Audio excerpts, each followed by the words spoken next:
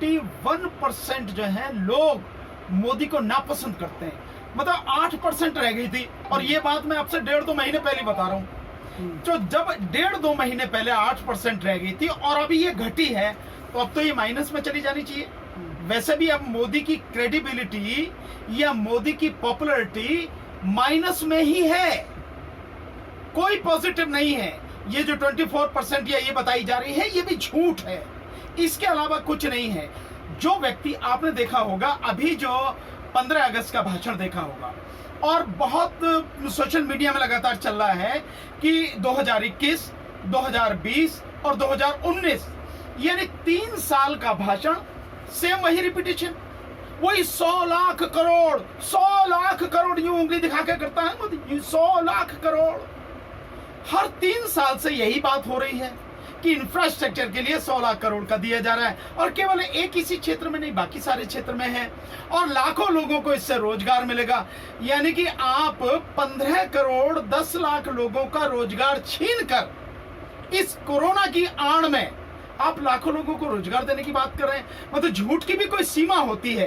अब तो ये वही चीज हो गई है कि मोदी का नाम लेते ही हर व्यक्ति ये मानने लगता है कि यार कुछ नहीं, झूठ के अलावा कुछ नहीं है, नौटंकी के अलावा कुछ नहीं है, गुमराह करने के अलावा कुछ नहीं है, तो उसको सुनना ही क्या है।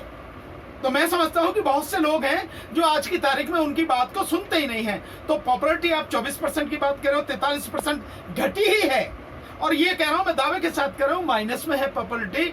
ये तो प्लस में जो दिखाई जा रही है, ये भी कहीं ना कहीं इनकी साजिश है, अन्यथा माइनस में है। 8% कब की थी, अब तो माइनस में आ गई। तो क्या लगता है यूपी चुनाव से पहले, मतलब मोदी जी कोई भी, चाहे वो चुनाव विधानसभा का हो चाहे लोकसभा का, प्रचार करने उनका मुख्य चेहरा यूज किया जाता है भाजपा की तरफ? नहीं, देखिए इस बार जो सुनने में पहले भी आया है कि जो आरएसएस है उसकी प्लानिंग ये है कि मोदी एक चेहरा इस बार के यूपी चुनाव में नहीं रहेंगे, क्योंकि उनको मालूम है कि पॉपुलरिटी लगातार नीचे जा रही है, और अब तो माइनस में है। मैं बहुत खुल के कह रहा हूं इस बात को, माइनस में है। और सही मायने में देखा जाए तो मोदी जी को इस समय जो है अपने आप ही इस्तीफा देके इस देश को मुक्त कर देना चाहिए। सरकार से उन्हें सरकार को गिरा देना चाहिए, कुछ नहीं रहा है, इस्तीफा दे देना चाहिए, लोकसभा बंद कर देना चाहिए, और लोकसभा का दोबारा चुनाव बैलेट पेपर से करा देना चाहिए। ये स्थिति है। तो जहां तक चेहरे की बात है, चेहरा तो कहीं नहीं रहा, चेहरा तो खत्म हो चुका मोदी जी का, कोई चेहरा वेरा कुछ नहीं है। न ही उनके नाम पे वोट मिल रहे हैं, ना कुछ मिल रहे हैं, सब लगातार झूठ की झूठ है। अब तो असली जो बात है, वो भी इनको बचाने के लिए आरएसएस ने भी ये प्लानिंग की है कि बेहतर ये होगा, क्योंकि 2024 का जो लोकसभा चुनाव आएगा उससे पहले कहीं बिल्कुल ही मिट्टी में ना मिल जाए सारी बात जो मिल चुकी है, उसको बचाए रखने के लिए और मोदी का नाम बचाए रखने के लिए इस चेहरे को अब इस्तेमाल नहीं किया जाएगा। यूपी में जो इलेक्शन हो गए, 4 राज्यों में 5 राज्यों में जो चुनाव इस बार होंगे 2022। सर, आप क्या मानते हैं कि मोदी का जो लोकप्रियता वो घट क्यों रही है? उसका रीजन क्या है? उसका एक सीधा है कारण, देखिए उसका बहुत बड़ा कारण है कि हमेशा झूठ ही बोला है, झूठ के अलावा कुछ नहीं बोला है। नंबर 1, देश को गुमराह किया है, हर बात पर गुमराह किया है, जो वादे किए एक भी वादा पूरा नहीं किया। आप लोगों को कब तक, एक सीमा होती है जब तक आप लोगों को गुमराह कर सकते हैं, एक सीमा के बाद आप किसी को कोई गुमराह नहीं कर सकते। जो वादे रोजगार के किए थे, आपने कोई रोजगार नहीं दिया, बल्कि आपने पूरी तरह से लोगों को तबाह कर दिया। जैसे मैं आपको बता रहा हूं, जो आंकड़े अभी आपको मैंने दिए, जब से 2020 में मार्च से लॉकडाउन लगा है, अब तक पहले लहर में 8 करोड़ 60 लाख और दूसरी लहर में 6.5 करोड़ लोग बेरोजगार हो चुके हैं। तो आंकड़ा है, यानी 15 करोड़ 10 लाख लोग बेरोजगार हो गए। और हकीकत में होना कितना चाहिए था? मोदी जी की बात का अगर विश्वास किया जाए तो जो उन्होंने कहा है कि 2 करोड़ लोगों को रोजगार देंगे, तो 14 करोड़ लोगों को रोजगार देना चाहिए था। 7 साल हो गए उन्हें पूरे, तो 14 करोड़ लोगों को रोजगार देने की बजाय 15 करोड़ 10 लाख लोगों को बेरोजगार कर दिया। और टोटल जो बेरोजगारी किस हालत में है, आप इसको अंदाजा लगाइए कि जो आंकड़ा है 17 करोड़ से ज्यादा, 17 करोड़ से ज्यादा डिग्रीधारी बच्चे इस देश में, जिनके पास BA, BSc, BCom, B.Ed, M.Ed, PhD, MSc, ये जो बच्चे हैं, डिग्रीधारी बच्चे 17 करोड़ से ज्यादा बेरोजगार हैं इस देश में। तो आप हालत समझ रहे हैं क्या? आप किस किस को समझाएंगे? आप दूसरा, आप सुरक्षा, आपने पूरे देश में घृणा फैलाई है, नफरत फैलाई है, धर्म के नाम पर, जाति के नाम पर जिस तरह से नफरत फैलाई है और जिस तरह से लोगों को तबाह किया है, ये कोई किसी से छुपा नहीं है, हर कोई जानता है। आप किसान 9 महीने से किसान सड़क पर है, आप किसान की बात सुनने को तैयार नहीं। ये बड़ा एक अजीब तमाशा है कि जो किसान जिसके फेवर में आप कानून लाने की बात कर रहे हैं, वो किसान कह रहा है कि मुझे नहीं चाहिए यार, मुझे तुम्हारे कानून नहीं चाहिए। और हर कोई जानता है, किसान जानता है कि वो किसानों के लिए नहीं है, देश की जनता के लिए नहीं है, वो चंद उद्योगपतियों के लिए ही कानून लाए गए हैं। ये सारी स्थिति है। सर, आपको क्या लगता है जो मोदी की जो लोकप्रियता घट रही है, क्या आने वाला चुनाव पर असर पड़ेगा? नहीं, निश्चित रूप से असर पड़ेगा। मैं आपको लिख के दे रहा हूं कि बीजेपी चाहे जितना दौड़ लगा ले, चाहे जितनी कोशिश कर ले, बीजेपी का सुपड़ा साफ होना ही होना है। क्योंकि जिस तरह से कोरोना की महामारी में, दोनों महामारी में और विशेषकर ये दूसरी लहर में जो कितने ही लाख लोग मरे हैं, जिनका आंकड़ा भी सरकार छुपा रही है, जबकि आंकड़ा धीरे धीरे धीरे सामने आ जाए, चाहे वो दैनिक भास्कर हो, चाहे जो मतलब उसने खोज करके लेके आए हो कब्रिस्तान से, शमशान घाट से, और चाहे जो उसके डेथ सर्टिफिकेट निकाल के जो वो आंकड़े लेके आए हैं, हर जगह से लेके आए हैं, कितने लोग मरे हैं। और यूएसए की जो एजेंसी है, न्यूयॉर्क वगैरह की, जो उनका कहना यह है कि 50 लाख के लगभग लोग मारे गए, और हकीकत भी इस तरह की है। आप देखें कि बीजेपी के एक नेता ये कह रहे हैं कि यूपी में हर गांव में लगभग 10 लोग मारे गए हैं। ये बीजेपी के नेता का बयान है, उत्तर प्रदेश है वो, और वो 1 लाख गांव उत्तर प्रदेश में, इसका मतलब 10 लाख लोग मारे गए।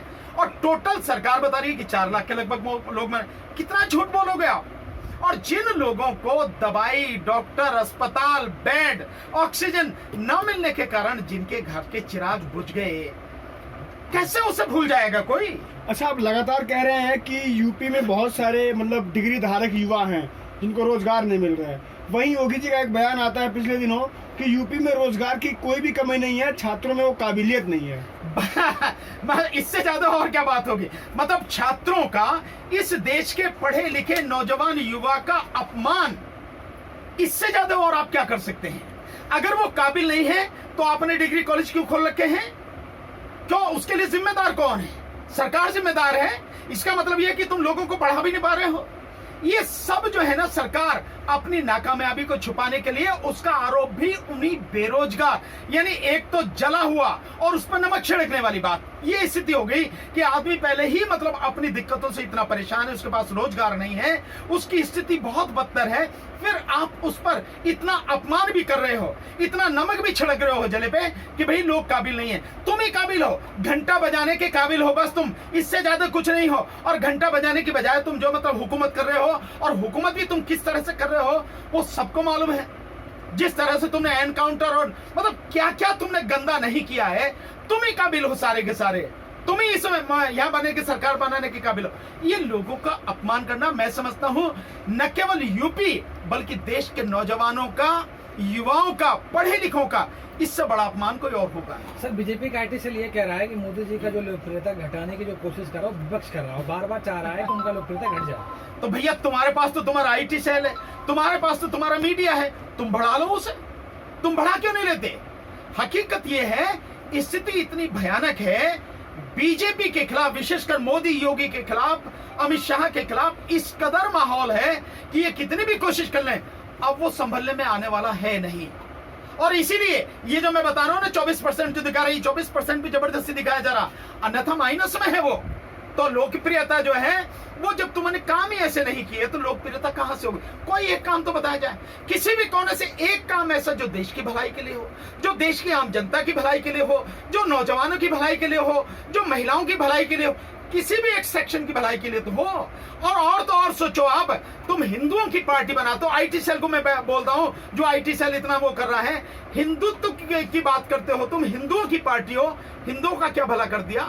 ये सारी जो लाशें गंगा में बही हैं, ये हिंदुओं की तो हैं। जो रेत में दबी हुई लाशें हैं वो किसकी है? रामनामी चादर किस पे है? किसी मुसलमान पे तो है नहीं, कि क्रिश्चियन पे तो है नहीं, वो सारी की सारी हिंदुओं की तो हैं, जिनको तुमने बड़ी बेरहमी से नोच लिया उनकी पहचान मिटाने के लिए। इनके लिए भी तुमने कुछ नहीं किया। सर, जिसके काम का डंका पूरे देश दुनिया में बज रहा है, आप उनको कह रहे हैं कि उन्होंने कुछ काम ही नहीं किया। नहीं, बिल्कुल कोई काम का डंका है नहीं। अपने आप जो बजाते रहो आप, भाई मीडिया आपका है, गुलाम मीडिया है। जैसा मीडिया, जैसा उससे जो चाहो कहलवा लो, उससे क्या फर्क पड़ता है? सर गरीब लोगों को राशन बांटा जा रहा है, झोला छाप झोला। मतलब लोगों की 40,000 रुपए महीने, 50,000 रुपए महीने या 10,000 20,000 रुपए महीने की नौकरी छीन के, रोजगार छीन के उन्हें आप 95 रुपए का 100 रुपए का नाज दे दो, और जिस थैले में दे रहे हो उस थैले को भी एडवर्टाइजमेंट कर रहे हो आप, उस पर अपना फोटो चिपका रहे हो, और उस थैले की कीमत भी उस अनाज से ज्यादा है जो अनाज दे रहे हो। शर्म नहीं आती होगी? मतलब कम से कम आप इसे कह रहे हो कि बहुत बड़ा काम किया है। मतलब लोगों का इतना बड़ा अपमान मैं नहीं समझता कि इस देश में पहले कभी किसी सरकार ने इतनी हिम्मत, इतनी जरूरत भी करी होगी। लोग सब देख रहे हैं, कोई भूला नहीं है इस बात को।